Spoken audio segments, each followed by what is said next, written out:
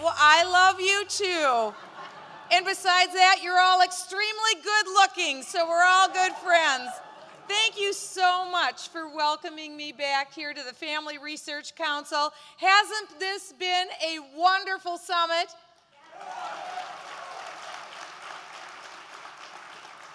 I want to thank Tony Perkins. I want to thank the Family Research Council, all the sponsoring organizations that have been involved in this event.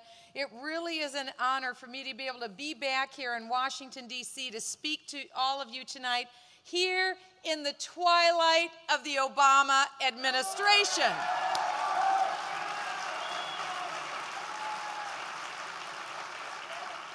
Oh, believe it's going to happen. It is going to happen.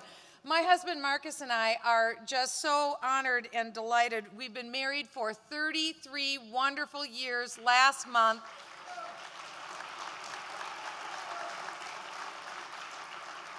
Over the years, God gave us 5 wonderful children that we have raised to know the Lord. They now walk with the Lord. They're all grown, gone, out of the house.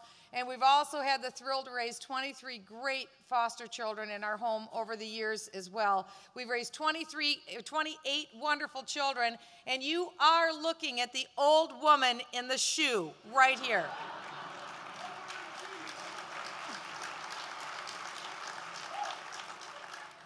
I also appreciate other parents, too, when they describe their sense of passing on their values to the next generation, to their children.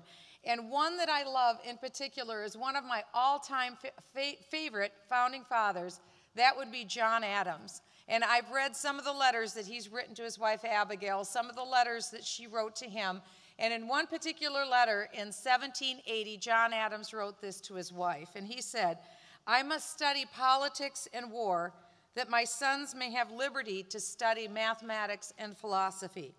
My sons ought to study mathematics and philosophy in order to give their children a right to study painting, poetry, music, and architecture." Now that's a short passage, but it says so much. And in particular, I think it is relevant to this evening and this day and time that we live in, because he recognized, as we must, that there are critical times in our history. Critical times when a generation is required to set aside the preferred pursuits that we would all like to have and instead embrace the sacrifices that are necessary to secure liberty to the next generation. And I want to say to you tonight that all of us that are here, we were all created for a time such as this.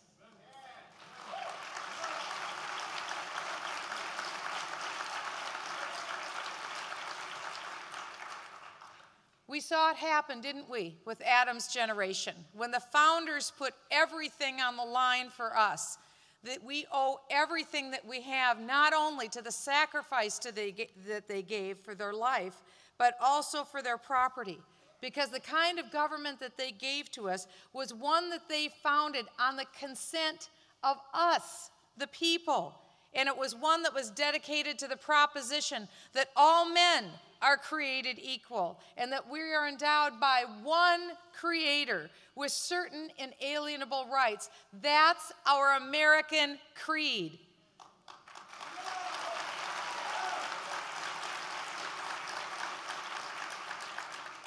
And we've seen that sacrifice continue through every generation in the United States. We saw that continue in the last generation with the greatest generation in the Second World War and in the First World War, fighting in 2 fronts for the future, not only of just us in the United States, but we can never forget that they also fought for our brethren across the world.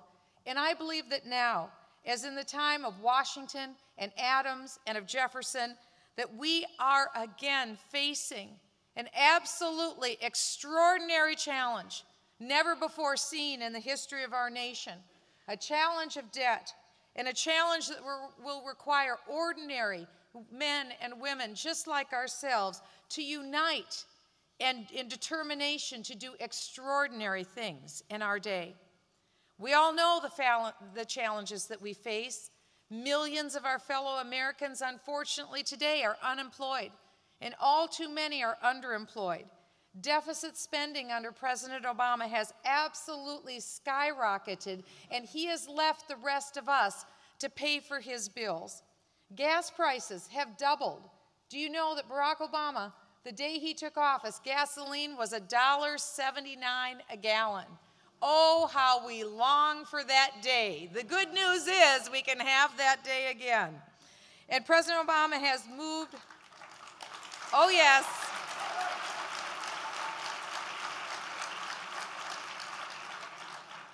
and President Obama has moved the fight over abortion to Obamacare.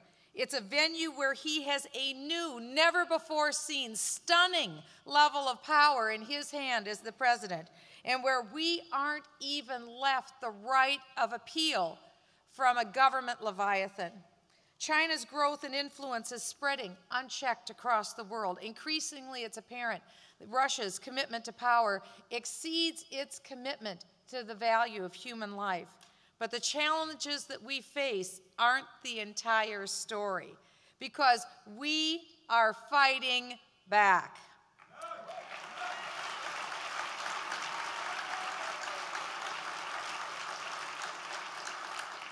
We are fighting back as a grassroots movement that's renewed the promise of our constitutional heritage, and that movement is known nationwide as the Tea Party movement.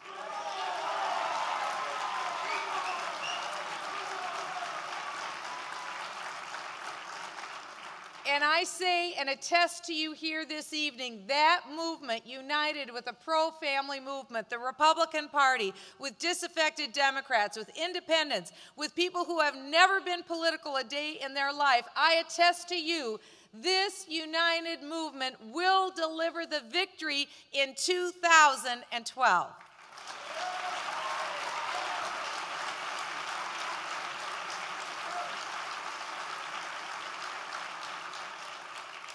We are fighting back against the out-of-control government spending. We are fighting back with renewed pressure on our government at every level, which is why I led the fight last summer against raising the debt ceiling and giving Barack Obama another $2.4 trillion in borrowed money to spend now, and it will only get us through till next year. That was the right fight to fight, and you joined in that fight.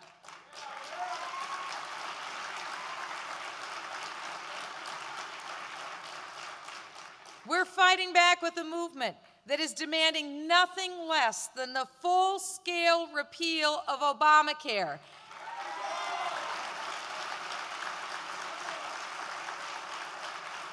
Because we know with the government takeover of medicine, in fact, let's call it what it is, socialized medicine, we know that we can never again be prosperous and truly free in this country if socialized medicine remains the law of the land. You have my commitment. It will be repealed.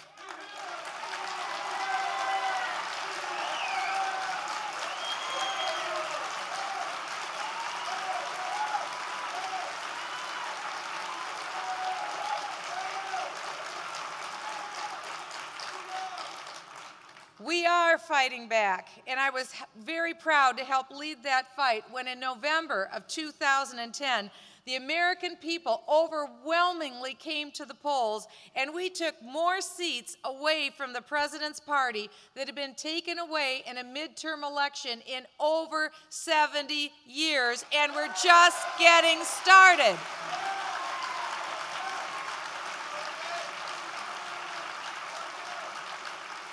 And together, we fought back when the American people replaced 6 business-as-usual U.S. senators, and we replaced them with 6 constitutional U.S. senators, and we're just getting started there as well.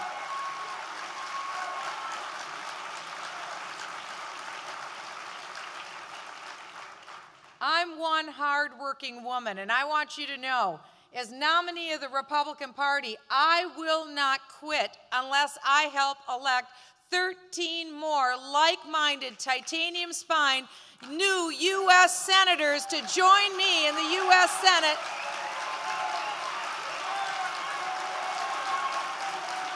And we can do it. Don't think we can't. We'll do it.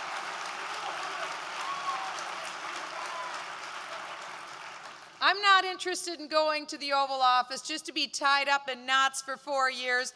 The only reason I would go to the Oval Office is to actually do what needs to be done. Repeal Obamacare, repeal Dodd-Frank, change the tax code, get the country on the right track. And the only way we can do that is by having a filibuster-proof Senate and a conservative majority in the House of Representatives, and it will be a 100 days like you have never seen before.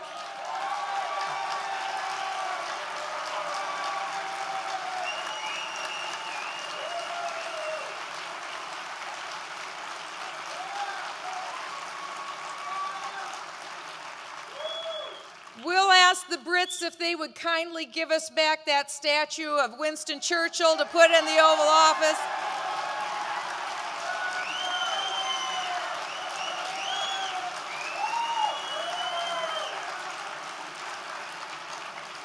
We will dust off the Declaration of Independence, the Constitution of the United States, and the Bill of Rights, and they will be front and center on my wall and on my desk in the Oval Office.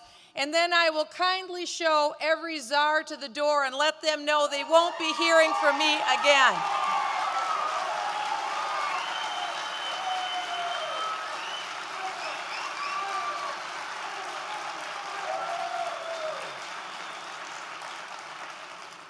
Because we're going to keep fighting back until we take back the White House in 2012. And I just want you to know, I am ready and prepared to lead that fight.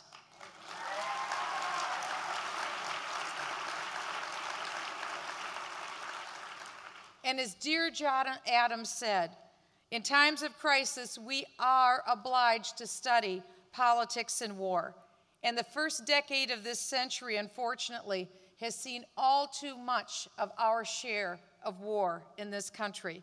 And I say to you this evening that our men and our women in uniform have performed absolutely brilliantly.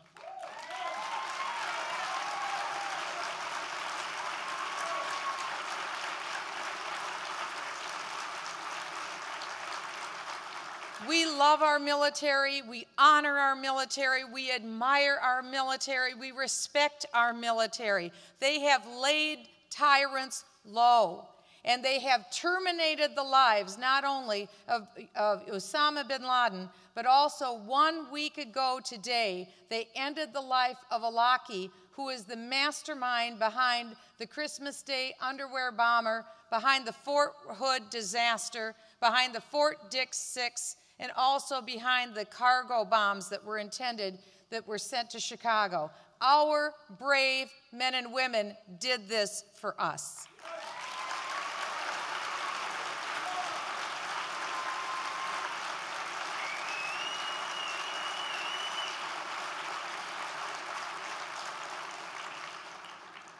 Unfortunately, as a member of the Permanent Select Committee on Intelligence, we deal with the nation's classified secrets.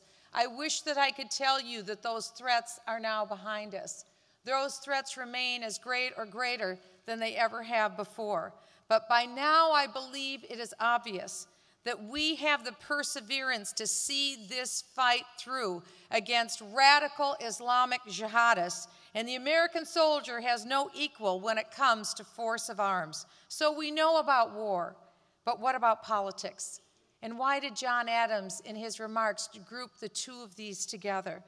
Because our political opponents are not military opponents. And what John Adams recognized, and is what has become all too apparent since 2008, is that there are times when events reach a tipping point or a decision point.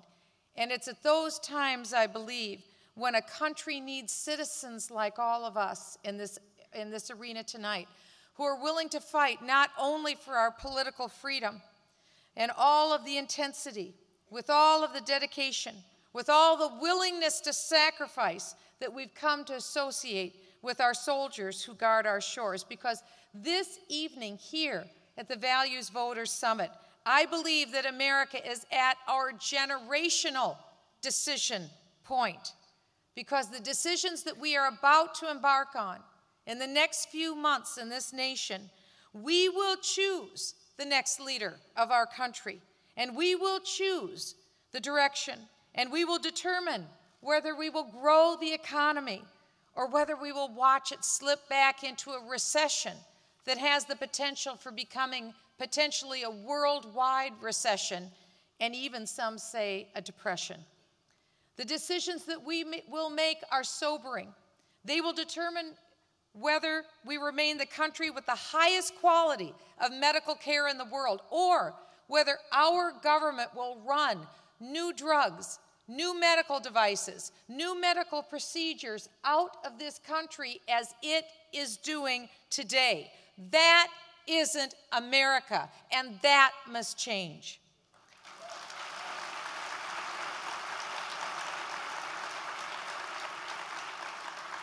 Because you see, these decisions that we are about to make will determine whether America remains the world's leading economic superpower as we are today, or whether the United States will be eclipsed and we will become a secondary economic superpower within 5 years, as the International Monetary Fund has already predicted.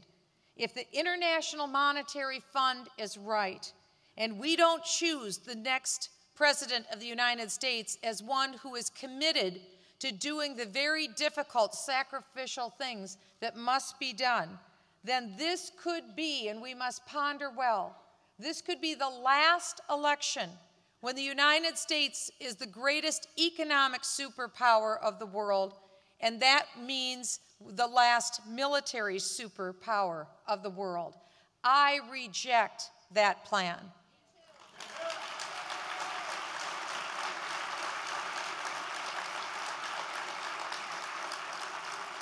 Because as your president, I fully intend to fight to retain our status as the economic and military superpower of the world, as Ronald Reagan chose to do in the 1980s. Ronald Reagan understood all too well.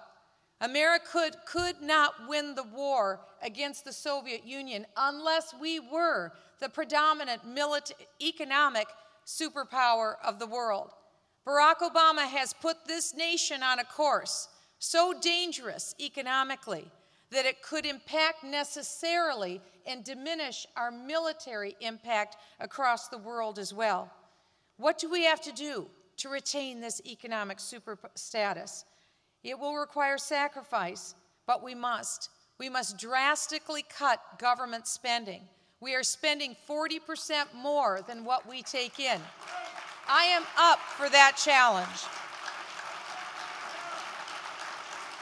We must overhaul America's welfare dependency programs. We must. I am up for that challenge. And we must create a pro-growth economic climate of permanent solutions in the private sector, as opposed to government-directed temporary gimmicks like this current president has proposed all along and dares to call it a jobs plan. We must repeal Obamacare. I introduced the bill, and I will. We must defeat and repeal Dodd-Frank, which is doing to the financial sector what Obamacare is doing to health care.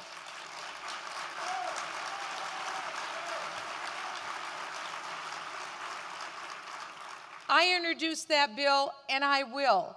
And we must begin at the easiest place to have job creation.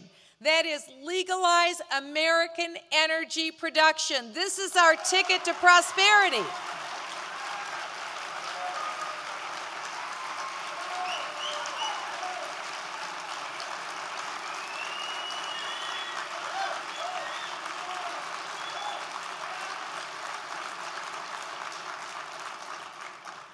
Even the government, the Congressional Research Service has told us America is the #1 energy resource-rich nation in the world.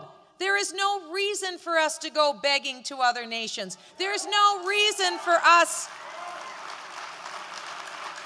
There is no reason for us to enrich the Middle East dictator thugs of the world. There is no reason. There was no reason for Barack Obama to give a $2 billion check to the Brazilians and say, we will be your best customers. There was no reason.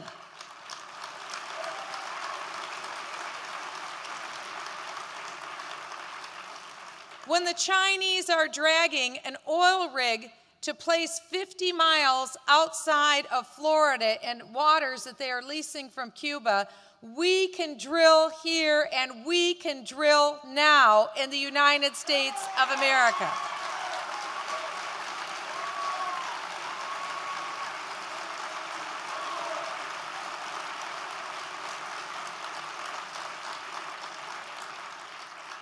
As your president, I will legalize American energy production. We will be drilling, we will be fracking, we will be leasing, we will be opening up American energy production, and we will be the leader in the world in American energy, and the American people will be better off for it.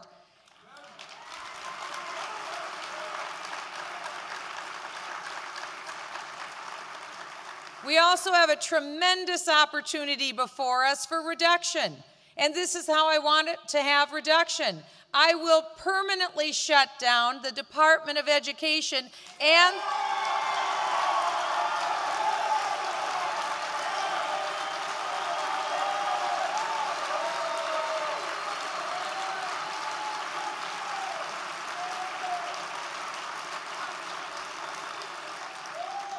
as soon as I lock the doors and turn off the lights of the Department of Education, I will get in my car and get to the Department of EPA to do the same to them.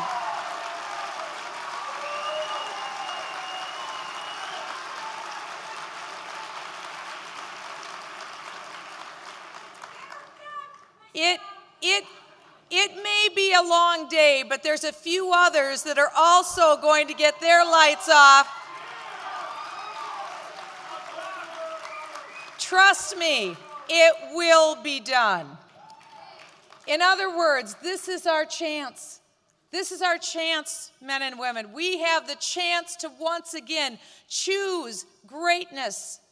And as Charles Krauthammer wrote in his great essay, we are privileged to choose. Choose greatness or choose decline. As I look at all of you this evening, I know what you have chosen. You've chosen greatness. You have chosen to go on.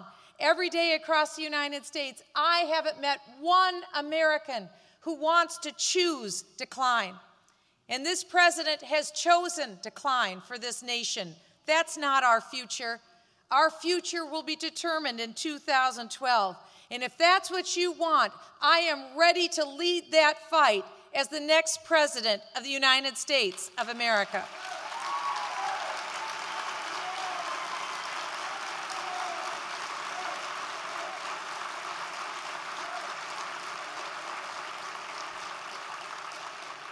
Because I have no interest in managing an unmanageable, dysfunctional, lethargic bureaucracy. My goal is to dismantle it. Because you see, these decisions we're about to make will determine whether we move forward under a federal government of enumerated powers that acts within its constitutional limitations. What a concept! Or instead, if we accept an absolutely uncontrollable government monster whose reach is only limited by the imagination of those who hold power. Because most important of all, the decisions that we make are going to determine whether we have a Supreme Court that respects its constitutional role and respects our guaranteed rights to life and liberty and property that are guaranteed in the Constitution, or instead, if we will have a Supreme Court that will be undermining all of those values and then abdicate their duty to interpret the Constitution as written by the founders, not as revised by the New York Times.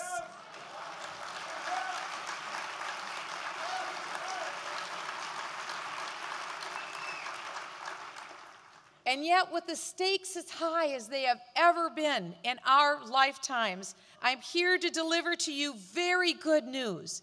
Because of all years, this is the year when we conservatives don't have to settle. This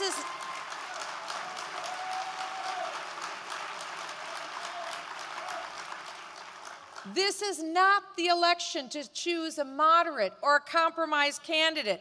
Now is not the time to abandon our values and virtues, because now is the time when we need those virtues more than ever. As I told you, every day I'm traveling across this great country, meeting people all over the country. I can tell you firsthand, the cake is already baked. The people have said no to Barack Obama. They're ready to say yes to someone who will clearly stand apart, someone who will stand up against the ever-growing power of this bureaucracy, who has the will to do what they say they're going to do and do what they say they're going to do. Conservatives, we can have it all this year because Barack Obama will be a one-term president.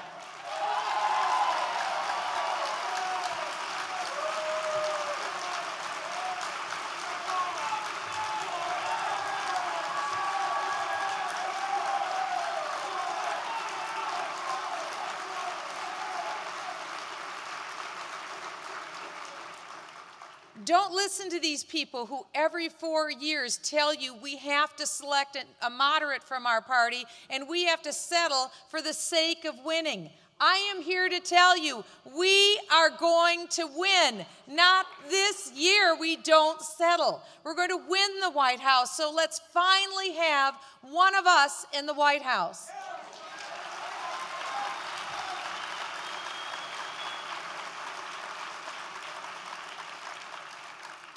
I have lived a consistent life based on core convictions, and I have proven time after time that I stand with you, and I stand for our values, and I stand for the Constitution. I stand for limited government. I stand on principle, and I will never back down.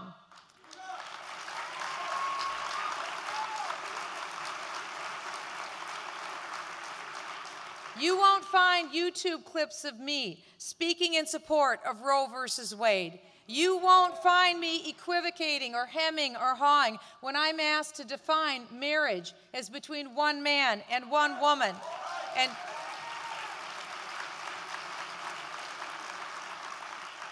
And you won't find me tagged as a crony capitalist, paying off big political donors with big political favors. And you won't have to worry about me stepping one toe out of the United States, apologizing for the United States of America on foreign soil.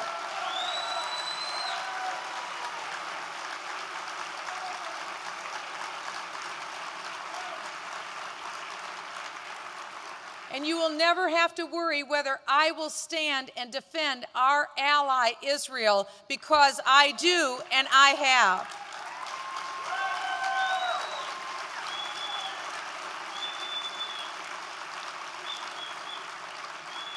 You won't have to worry about these things, because for 5 years in Washington, D.C., I have lived, I have breathed, I have fought daily in the halls of Congress for our shared values. And the reason our agenda never seems to advance is because the people that we send to represent us rarely, if ever, fight for us after everything that we do and sacrifice to get them elected. The only reason that I came to Washington was to fight for our non-negotiable principles. And remember, we can't win if we don't fight.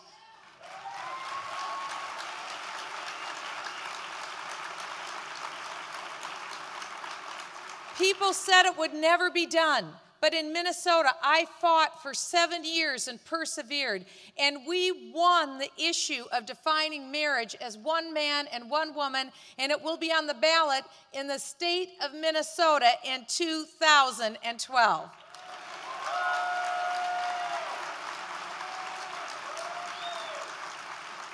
Because you see, with a proven fighter in the White House, we will finally win on the issue of life, on marriage, on family, on religious liberty. It's time that we score some victories for our movement.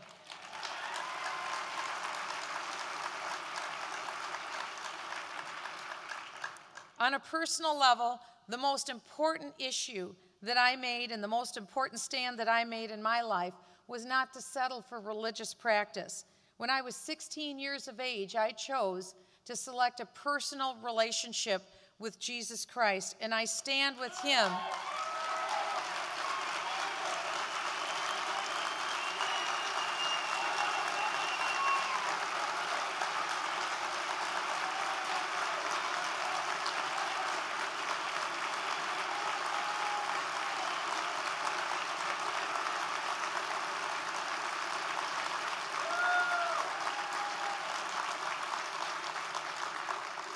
I stand with Jesus Christ because he first of all stood for me, and he wishes to stand with all men as well.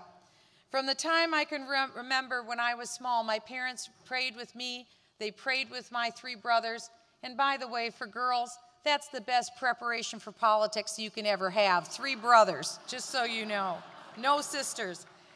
My parents helped me to become a woman of prayer. And like you, I consult the Lord through prayer on almost every decision that I make.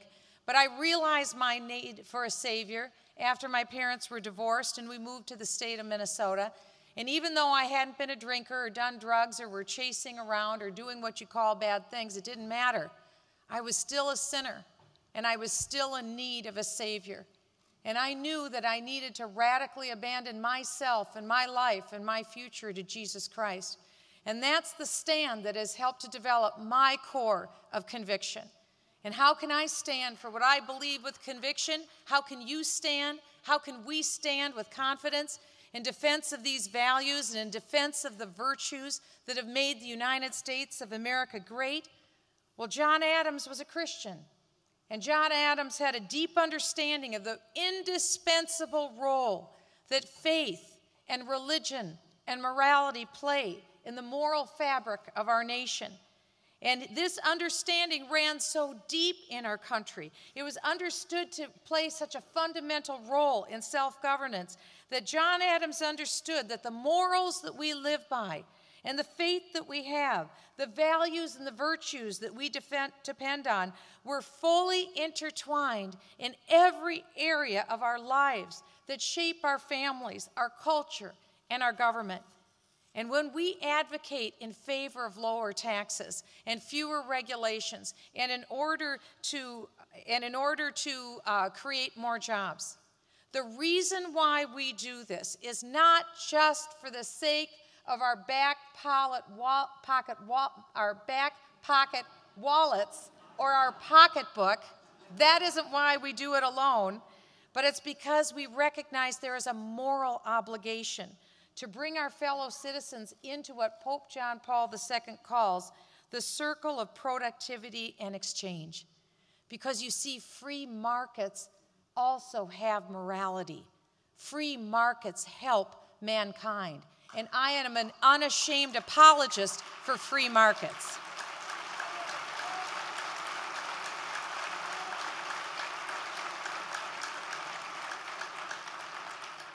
When we argue for choosing our own health care rather than government control in health care, we do it not only because of the failed results of a state-run health care bureaucracy that we see in other countries, but we do it because we believe that we are the ones who get to choose our own care and that of our loved ones. And when we speak in defense of traditional marriage, it isn't because we want to control other people's lives. It's because we recognize the deep roots of natural law and of revealed law and other religious traditions that have united across the centuries, and in the shared belief that it was a holy God who designed marriage for man and woman as the most loving and best environment for the procreation of children.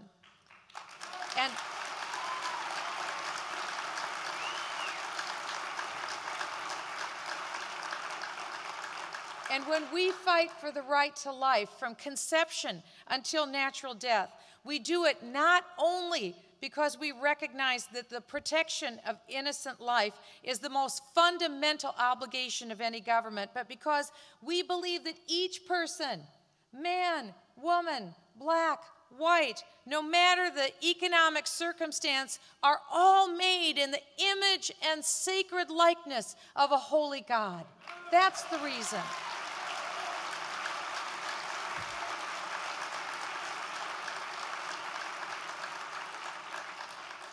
My personal life experience has shown me how precious life is. And that's why yesterday I was privileged to introduce a bill into the House of Representatives called the Heartbeat Informed Consent Act. Because you see, I believe it's important that mothers, when they go to an abortion clinic, have the opportunity to hear their baby's heartbeat and see their baby's heartbeat on an ultrasound machine. We are told of undecided women, once they see that baby's heartbeat or hear that baby's heartbeat, 78% of the time, mothers choose to give life to that baby.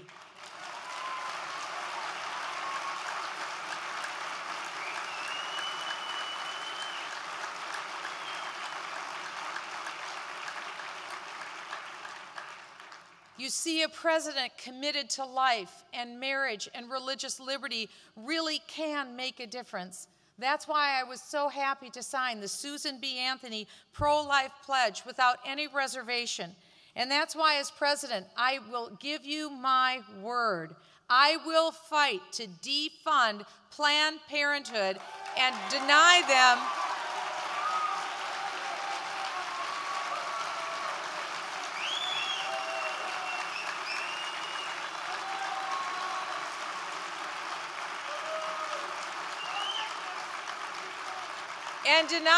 their very rich $300 million a year stipend that billion-dollar-a-year corporation is now receiving. And I will restore the protections for life that President Obama has erased.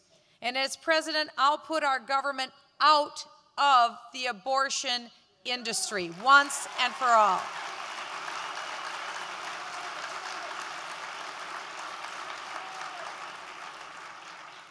Because you see, we don't have to settle for a moderate. We can do what needs to be done on the cause of life and finally advance this noble cause. Because I'm here to tell you, we don't have to settle this year, because this president has not compromised his liberal principles on this issue, and we should not compromise ours either.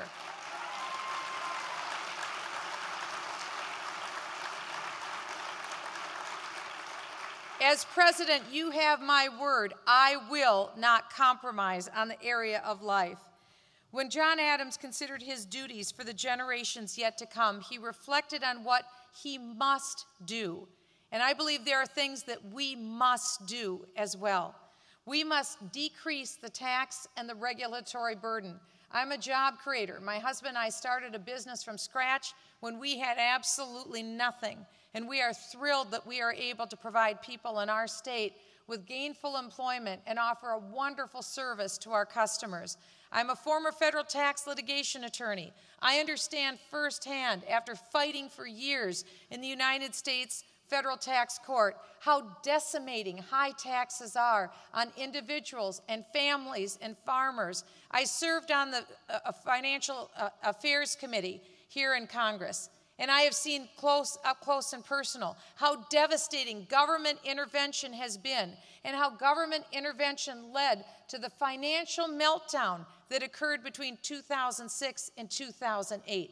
I've been there. I've seen it. I've fought it on Barney Frank's committee. I know what needs to be done to turn this economy around and to create millions of high-paying jobs again. It can be done if government just gets out of the way.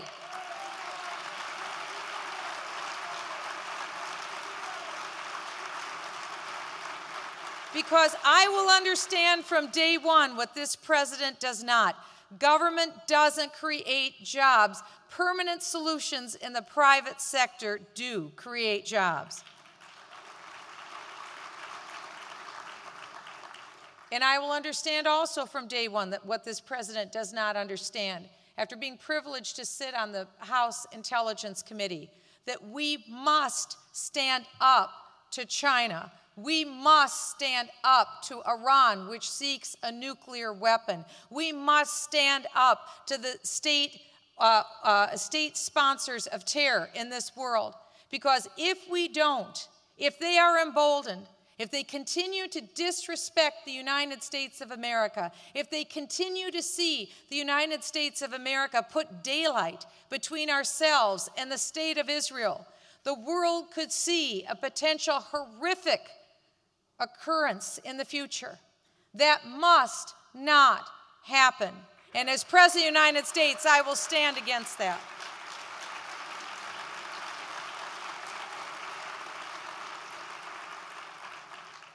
The United States cannot blink when it comes to radical jihadist terrorists. We must use vision in equipping our military against that threat that continues to plague our nation. We must repeal Obamacare and focus on lowering the cost of health care. And we must prevent this president from having the chance to nominate one more liberal ideologue to the Supreme Court. That can never happen again.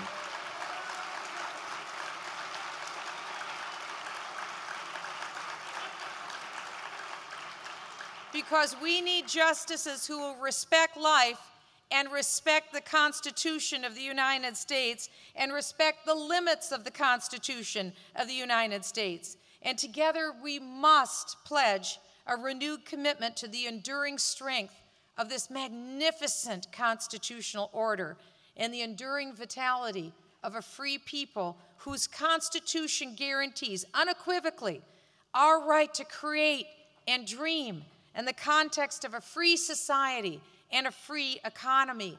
We are the nation to which the rest of the world repairs. Oh, that we would remain that city on a hill. It can be done if we choose wisely in these next few months. And as John Adams saw and fulfilled his sacred obligation, so too it is incumbent upon us, gathered together this evening in this room, to fulfill our obligation, not merely to ourselves, but to the next and subsequent generations, as John Adams did 235 years ago. And if we do this, the hope that Adams had for our generation will follow him. It's one that we may have for generations that will follow us. Because I believe if we do what we must, then our children will be free to do what they ought. And if we bring up our children in the way that they should go, so that they will do what they ought, then we can earn for our grandchildren the opportunity and the right to devote their lives to the things that they hope to do, the right to continue to live as a free people in a great republic, the greatest nation that the world has ever known. And so you have before you this weekend your choice and your decision. And you have a chance to send a message to President Obama that his time in the White House will soon be finished. When you vote in the very all-important straw poll this weekend, that is when you send Barack Obama a message that you not only reject his policies, you see this as your opportunity when you have a chance to take your voice as part of an all-encompassing movement, which I believe has the potential to embrace even 70% of the American people, to do more than just settle for someone in the other team wearing the other jersey, because that won't cut it this time in this election. Because choosing to settle, you see, is actually quite hard. It means making hard choices, and it requires the very lives of many of our nation's founders. And I don't have to remind you about the fate of many signers of the Declaration of Independence. And as your president, I want you to know, I have no plans to settle. I won't settle for an America that's anything less than the world's economic leader. I won't settle for anything less than standing up for the family, for our faith, for the issue of life. I won't stand up for anything less than the cause of liberty, the very birthright that the founders put everything on the line to give to us. I won't settle. And tonight, I'm calling on all of you as well. Don't settle. As Reagan said, it's a time for choosing. Choose wisely. Choose the future. Choose to go on. Choose economic liberty. Choose military might. Choose religious liberty. We can be great in 2012 if we choose wisely. Choose wisely. It's our birthright. God bless you. God bless the United States of America. We will go on. God bless you. God bless you all. Thank you for this magnificent evening. God bless you.